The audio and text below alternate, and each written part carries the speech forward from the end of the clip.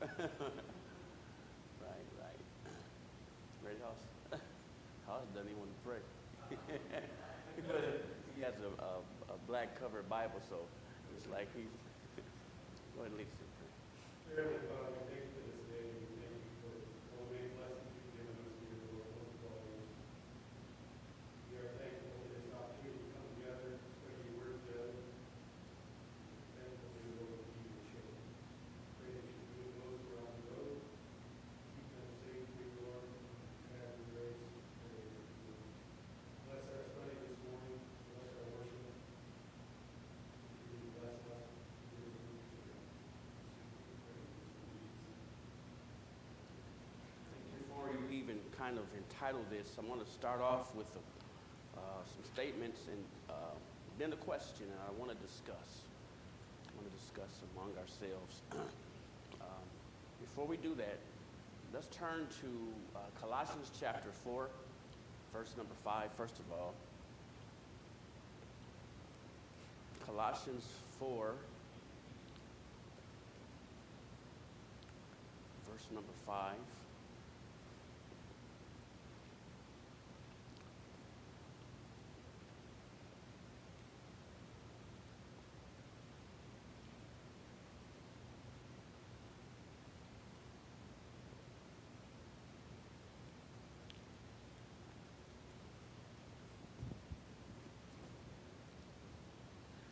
Paul is concluding this letter. Of course, he had given them, in this short letter, a lot of doctrinal observances to consider and a lot of theological arguments, a lot of theological truths, it's a better way of saying it, about Jesus, about his deity, and just a host of things. Very short letter, but a very impactful and a powerful letter, a lot of doctrine and a lot of truth. And as Paul is concluding, as he did in many of his letters, Paul is giving them, for lack of a better term, I hate this word in this context, practical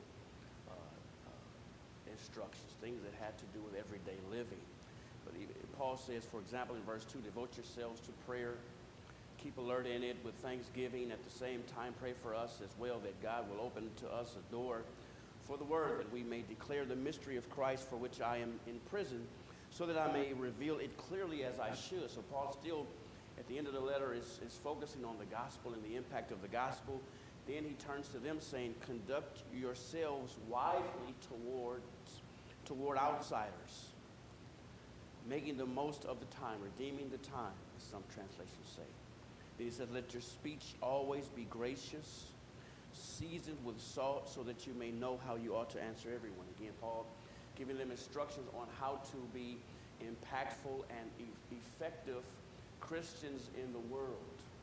This was Paul's objective, was to teach them or to remind them how to be efficient Christians so that their lives would impact. Turn to Ephesians, very similar words, Ephesians chapter 5, verses 15 to 16. Ephesians 5.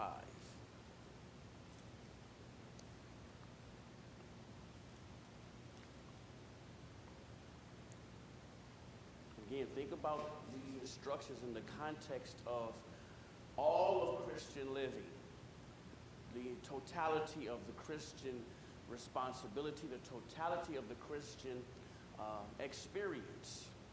Okay? He says in Ephesians 5, verses 15 and 16, he says, be careful then how you live. Again, Paul was talking about how they could best impact the world and the influence that Christianity could have on the world, converting men to Christ. He says, be careful then how you live, not as unwise people, but as wise, making the most of the time, because the days are evil. So do not be foolish. In other words, he says, to have wisdom and understand what the will of the Lord is. Instead of being foolish and conducting your life in a foolish manner, he says, be wise. In other words, understand what the will of the Lord is. Grow in your knowledge of God's will. And then he of course, gives other aspects of it. He even talks about in the Lord's church about singing psalms, hymns, and spiritual songs. He's talking about the joy of the Christian life, that upon individuals seeing this joy, it would impact them, and and impact their lives. Okay, with these verses in mind, we're going to look at a lot of verses like this, hopefully today. I wanted to make this statement and put this statement in your mind, something that you probably already know. 65% of adult Americans claim to be Christian. 65% of adult Americans claim to be Christian. Now, again, and let me put that in context. That is, some would say, dramatically down over the last 20 years, because in 2001, it was 85%. You guys probably knew those statistics already. 85% of Americans, adult Americans in 2001, claimed to be Christian. Now, even though that's a drop of about 20%, 65% in 2021, still a large number when you think about it. When you think about how many adult Americans that there are, of course, but just overall, you talk about the different religions, and you talk about, you know, everything that goes and that everything that is involved in that. Think about that. 65% of adult Americans, and I say they claim to be Christians. Now, my question to you is this: why do you believe so many adult Americans make this claim or identify as Christian? Have you ever given thought to that?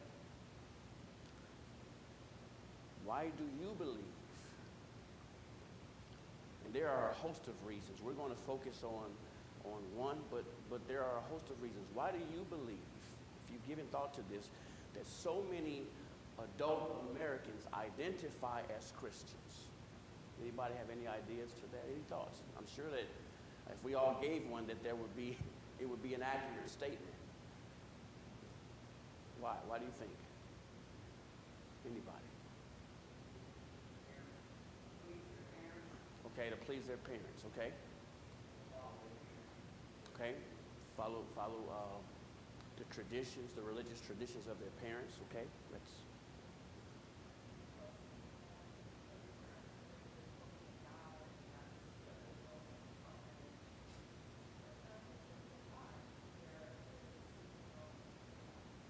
Okay.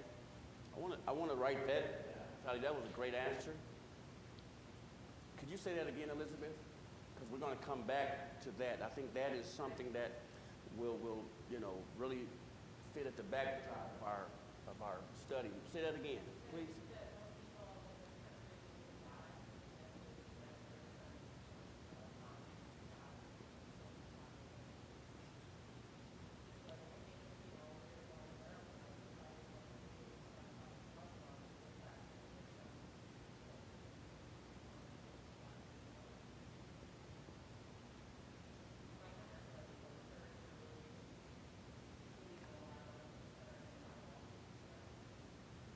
Okay.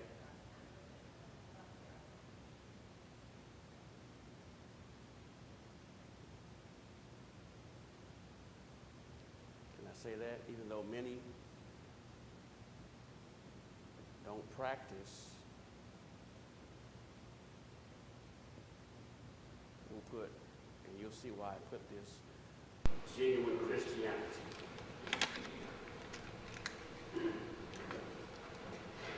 Anyone else? Great answer. So that was a great answer as well. What else? Anybody else? Any other ideas or thoughts? This is the easiest answer to give. The easiest, what not? It's the easiest answer to give. What access time? Okay.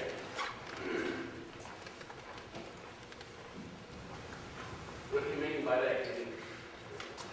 Well, the opposing for the day off. Yeah. Right? You know what I mean?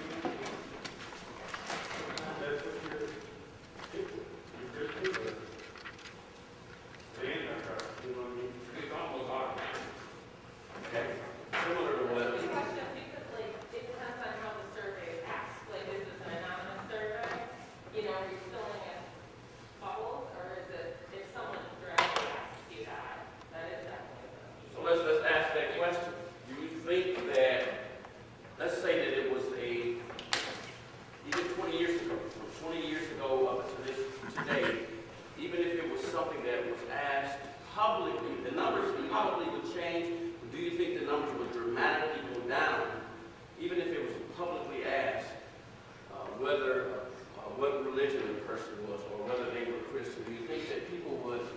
even publicly asked would admit to or claim to be Christian, do you think it would dramatically drop down?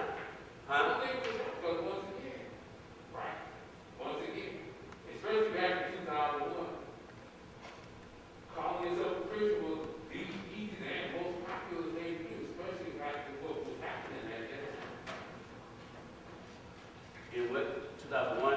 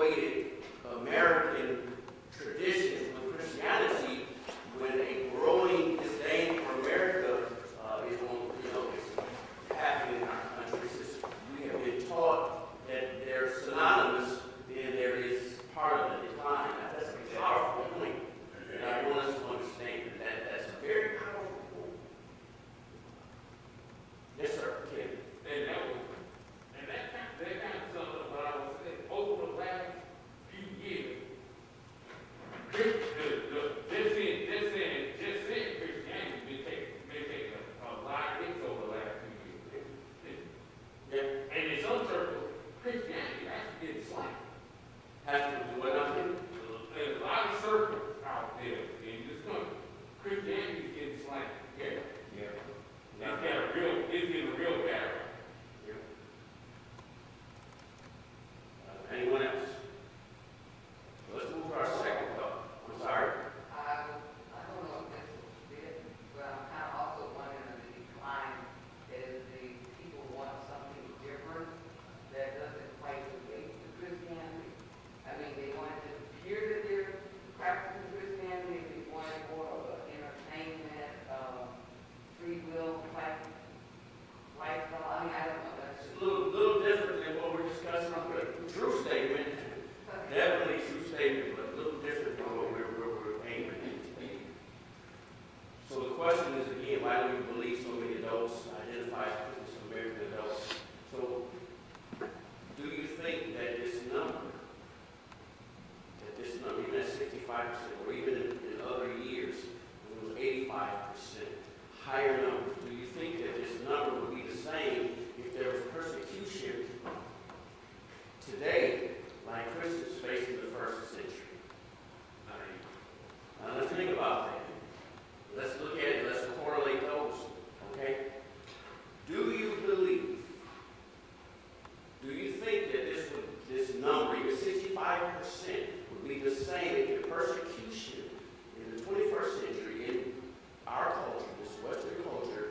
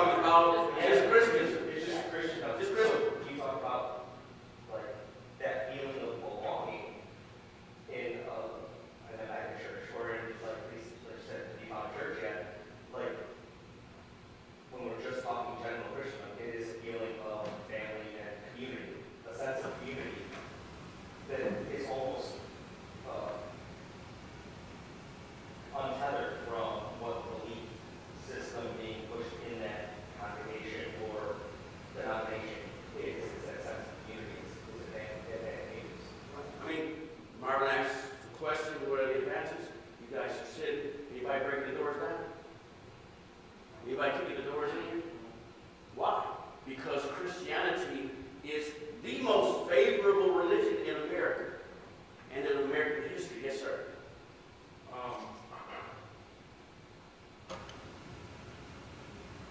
I can't say that I would necessarily see the advantage, but to me, from where I sit, because of the political divide with, Republican, Democrat, it seems to me like a disadvantage because I don't want to paint everybody with the same brush when it's discussed in my circle. Yep. When you say that you are a Christian, it's been asked of me, how can you vote Democrat?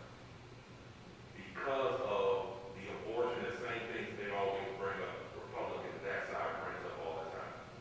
So I think because of the divide between political parties.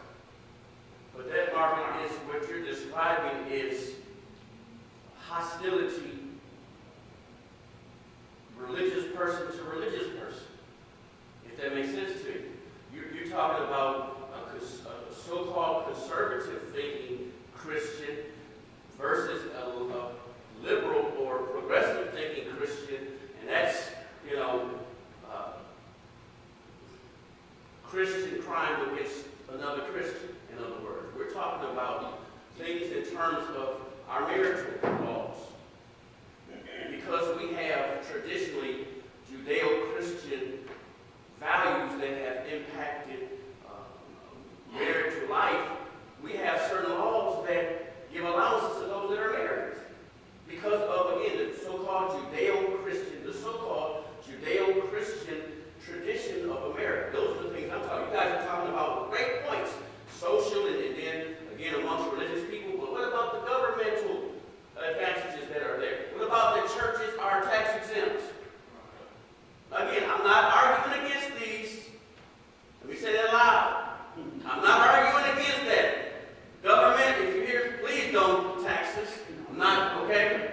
But I'm just saying there are advantages when you look at it. There are advantages, even in the government, socially, in neighborhoods, if you will, that really reflect a favorable outlook and perspective toward Christianity. Yes, sir.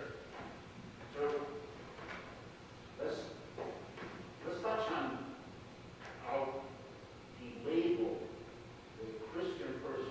Somebody says you're not a Christian. What is the benefits? What's the advantages? In my mind is the perception of historically, when you think of a Christian, whether that person claims to be a Christian lives the life of a Christian. By labeling themselves as a Christian, there is a package of goodness that comes with it. So something that, today we like to, people will say, I'm a Christian, just to sell a bill of goods, right? You're a good person, you care about other people, you're humble, you'll give the clothes off your back. People like to know and be associated with a person knowing that is a Christian just by the nature of all the attributes that come along with being a Christian. But that's part of how historic, I think about like in the instrument world or stereo world. People today still think of Pioneer as an example as a premier, super high quality sound. Well, that was, decades ago. Today, buying a Pioneer is not necessarily that big of a deal, but they still live off the bill of goods. Right. Yeah. So I think that's a big advantage for people claiming labeling themselves Christian. And that's the point too that I want us to understand is that I believe, and I have always believed, and I've made implications to that for 15 years, that this number, even at this point, and even at this, what it is today, is because of the advantages that come along with it. The fact that, again, part of the advantage is that there is very little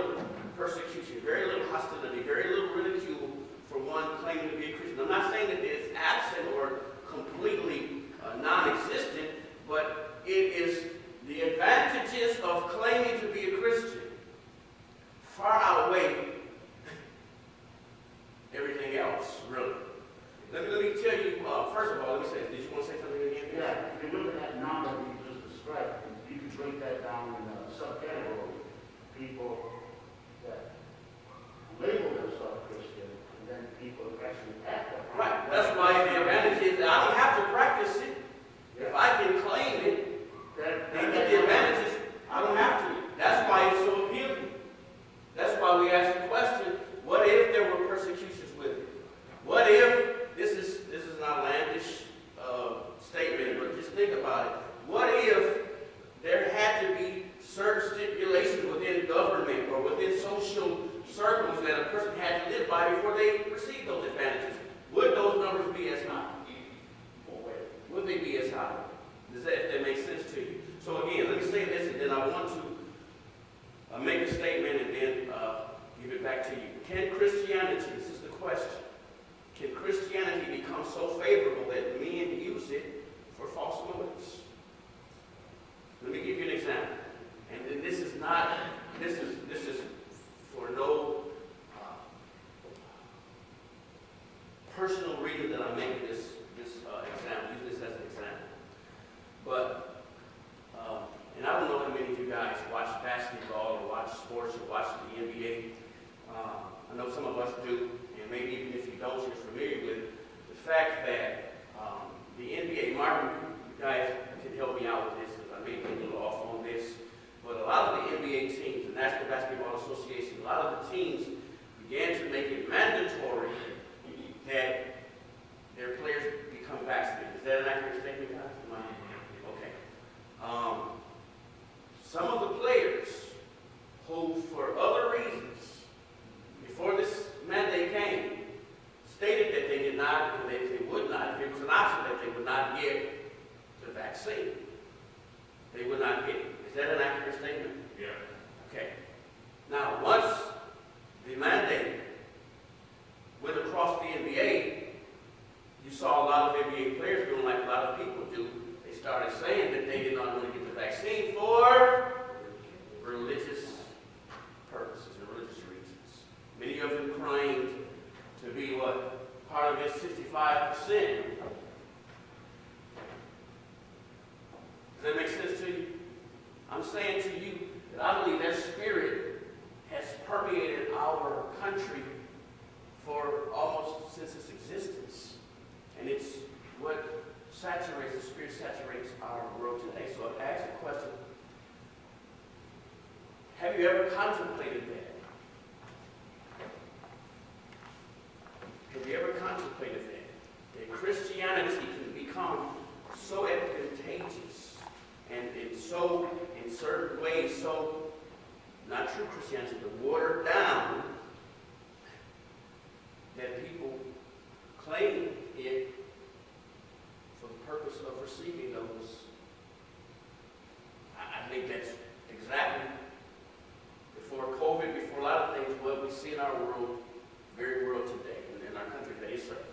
And I guess I would say also that it is highly geographic and political Okay? in our country, that our views, I know for me it can be hard to remember how different the views might be in a different area or something. And the divide, when you actually do try to take a step back and see it here, there, and see what other circles are doing, divide has gotten so stark that while I still think that 65% is high, Yeah. right? The number is going down. It's high, right? Yeah. A 20-point drop. That's a 20-point drop in 20 years. That's a reflection of people Of the advantages versus the risks. and the perspective of how advantageous it is to be a Christian, the outlook to Christian. Again, that has hurt us as a nation. Correlating the American way of life with Christianity has actually hurt Christianity. Whether you want to accept that or not, it has hurt Christianity. This is why it's incumbent. This is the whole enchilada here. This is why it's incumbent incumbent on Christians to do what? Live authentically and live genuine Christian lives. As we discussed the balance between adorning the doctrine, Titus talks about adorning the doctrine and then wanting a suffering-free life. Joseph and then Matthew. And I guess my thought is that it's become, as we look at it, becoming less advantageous Yeah. to the point that I believe some Christians who are actually Christians, some who just claim it, I think that we can tend to feel persecuted. And if we look at historical, biblical examples of persecution, what we see here is kind of like almost a funhouse version of persecution. Yeah. Sometimes. Yeah. Because it had historically in our country, which is our social sphere, it had become so skewed at that 85% and so risk-free to say you're a Christian that anything that then becomes an encroachment on that or a discomfort feels like persecution. And I always feel I need to check myself sometimes when I'm like, geez, is that happening? Well, yeah, but that's like not really anything compared to, Right. So, Without a doubt. Yes, sir. Not really a question or comment, just kind of a provocative thought I had. I wonder how many of that 65%, the percentage of that 65% who has ever thought about what it's like to be Christian in another place other than there. Right. Without a doubt. Without a doubt. It would be much different. I think just on when you said risky, I think it came like the idea of like it's not risky to say you're a Christian, but it's become less risky to be honest if you're not. Right. Yeah. I just read a book last week called, and I hate to bring it back to 9/11 because I know you said you didn't want to. No, it's fine. I mean, I that's just what read a book it last week called Homeland Elegies by Ayat Akbar, who's not practicing Muslim, but was raised Muslim. He's actually from Wisconsin, his parents were from Pakistan. And he's a playwright, and on 9/11 he was living in New York City, living in Midtown. And there's a anecdote in this book where he's walking around Midtown, and there were Red Cross was doing blood drives. He got in line for this blood drive and ended up in an altercation with this man who saw him, made some assumptions about him, maybe Pakistan. Right. And in this altercation, when this man is threatening him, he urinates himself. Okay. So he goes away from the situation. He ends up at a Salvation Army store, and this anecdote relates to this book. And there's a priest at the Salvation Army who takes him in, goes and gets him some coffee, goes and gets him a new pair of pants. And in that time when he's in the back, Akbar in the book, he talks about how he saw a bunch of rosaries on a counter, and he stole one. He took a rosary. And he said, now, reader, you could think that this was some sort of come to Jesus moment or something like that. But it wasn't. It was protection. Right. So when Elizabeth talked about social advantages, in that moment, there was a physical advantage for him, right, to displaying this rosary. It was something that he could use as a symbol that would protect him in that moment. In the big moment. That's a powerful point. Yes, ma'am. Like you said earlier, we are blessed as a nation. We have, we come here, we worship, we act, God oversees, God was going to listen back and forth, they want to be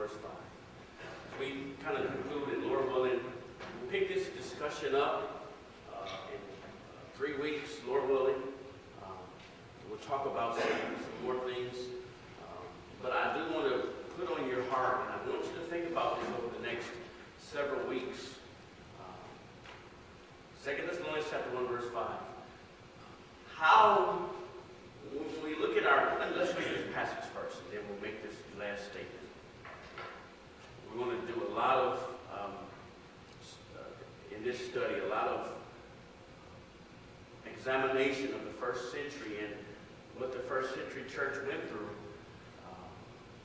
under the context that we're studying.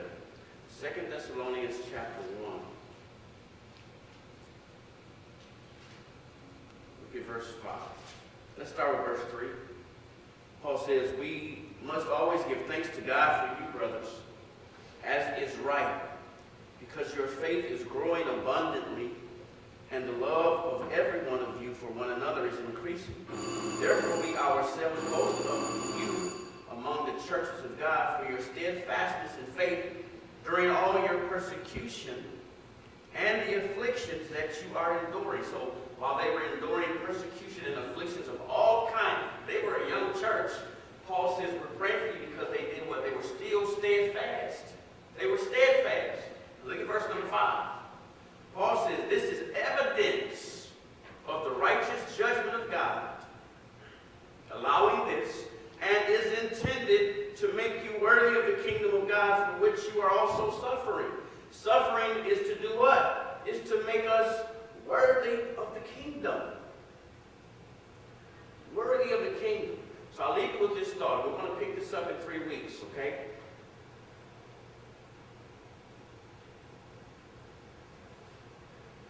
There is something to religious people. There is something to folk associated with Christendom earnestly contending and fighting within government, fighting government itself, fighting vigorously, socially, to enact laws and to enact traditions to prevent them from what? Suffering, which is a part of a Christian's what? Legacy and tradition. It is intended to make us worthy. I believe, and we'll talk about it. I'm sorry, unfortunately, you don't have too much time to disagree with me. We'll talk about it in a few weeks, Lord willing. But I believe that what we've discussed today, as I said, has actually hurt authentic Christianity. It's actually hurt it. And this, when I'm not for abortion, I believe that it's wrong in every way. I believe, again, as Caleb was talking about homosexuality, just like you, I am completely opposed to it and believe that from a moral standpoint that there are things within the homosexual quote-unquote community that has hurt the overall community, whether it's in America or whether it's hurt. So that is not debatable with me. Right. However, when we look at issues like this, and when we see this vigorous and this steadfast devotion of many people who, again, are affiliated with Christianity or associate themselves with it, trying to maintain and hold on to what they say Judeo-Christian values, it actually hurts authentic Christianity more than it actually causes people to do what? To gravitate to the genuine, authentic faith. Sometimes when we look at America, this struggle against religious folk trying to enact and trying to maintain things, and others who either are irreligious or look unfavorably at religious things, especially Christianity. We see this struggle between the two. I think that a lot of times that and this may be taken wrong, we're going to discuss it, the prevail and a lot of the triumphs that Christians have experienced over the years actually prevent Christians from fulfilling Matthew chapter 5, verse 13, where the Bible says to do what? Let your light shine. That it actually prevents us from being able to fulfill completely in the way that God would have us to Paul's words in Philippians chapter 2 where he says, work out your soul's salvation with fear and trembling, for it is God who is at work in you. We sometimes, and this is what has happened even in the last election, this is what has happened in the last several decades, is that, even in the church, we have attached ourselves to so much of the evangelical ideas of holding on and maintaining, really not Christianity, but this American way of life, that we have actually made Christianity in the church look unfaithful. Unfaithful. This is where the church, First Peter chapter 1, we're going to look at that in our next lesson, Lord willing. This is where the church needs to be distinct from this. We need to be distinct. What we have to accept in the Lord's church is that all who want to live a godly life will do what? Suffer persecution. And if and this is the idea and the aim of some, is to make Christianity so comfortable in America. Isn't that what it is really when you look at it? To make Christianity so comfortable that who would bless you? Who wouldn't want to be a Christian? Who wouldn't want to be a Christian? And Christianity is not comfortable. I don't care whether you're in the Middle East or whether you're in America. Christianity is not supposed to be a religion of comfort in terms of physical comfort. So we're going to discuss those